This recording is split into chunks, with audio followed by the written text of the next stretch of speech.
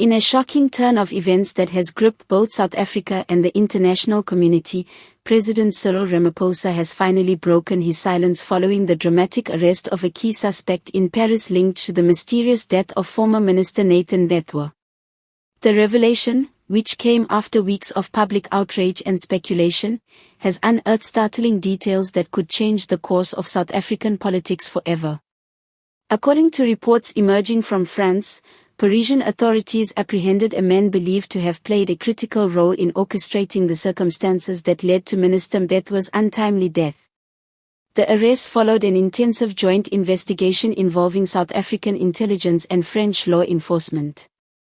For days, the public waited anxiously for a statement from the president, who had remained notably silent amid the mounting pressure from citizens demanding answers. But last night, in a nationally televised address, President Ramaphosa spoke with visible tension and emotion. "This is a painful moment for our nation," he began. "The death of Minister Nathan was not just a loss to his family but a deep wound to the soul of our country. The recent arrest in Paris marks a breakthrough, and the truth, no matter how uncomfortable, must now come to light." His words confirmed what many South Africans had long suspected: there was more to Mthethwa's death than the official narrative initially suggested. Rumors of betrayal, political sabotage, and high-level conspiracies have been circulating for months. Now, with the suspect reportedly cooperating with French investigators, disturbing details are surfacing, details that hint at a coordinated plot extending far beyond Paris. Sources close to the investigation allege that the suspect, whose identity has not yet been publicly disclosed, possesses crucial information about financial transactions, encrypted communications, and classified meetings that occurred in the weeks leading up to Mthethwa's death. Leaked intelligence hints that the late minister had uncovered evidence of political corruption involving both local and international figures, information that might have cost him his life. President Ramaphosa's statement seemed to acknowledge this undercurrent of suspicion.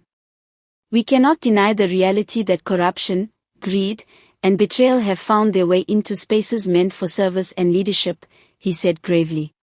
Minister Nathan was a man who stood for accountability.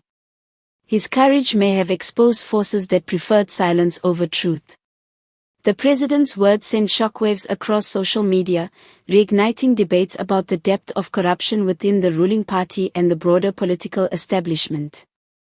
Hashtags like #JusticeForNathan, #RamaphosaSpeaks, and #ParisArrest began trending within minutes. Citizens demanded that those behind the minister's death, no matter their rank or influence, be exposed and prosecuted. Analysts believe Ramaphosa's address signals the beginning of a deeper internal purge within his administration. Insiders suggest that intelligence reports pointing to a foreign-assisted network of power manipulation could soon implicate several high-profile figures. If proven true, this revelation would mark one of the most explosive political scandals in modern South African history. Meanwhile, outside the Union buildings, hundreds of citizens gathered, carrying candles and portraits of the late minister.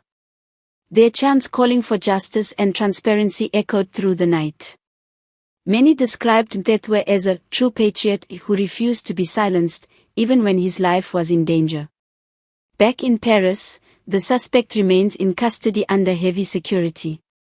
French prosecutors are reportedly working closely with South African authorities to facilitate extradition. Insiders claim the man has already begun sharing sensitive information, including the names of local operatives who acted under political instruction. Ramaphosa concluded his address with a promise: "We owe it to the people of South Africa to ensure that no one, no matter how powerful, is above the law. The era of hidden agendas must end. The truth will prevail." For many, his words brought both hope and uncertainty. Hope that justice will finally be served, uncertainty about how deep this conspiracy runs and who might fall next. As dawn broke over Pretoria, one thing was clear: the silence has been broken, the secrets are beginning to unravel, and the nation stands on the brink of a reckoning it can no longer postpone.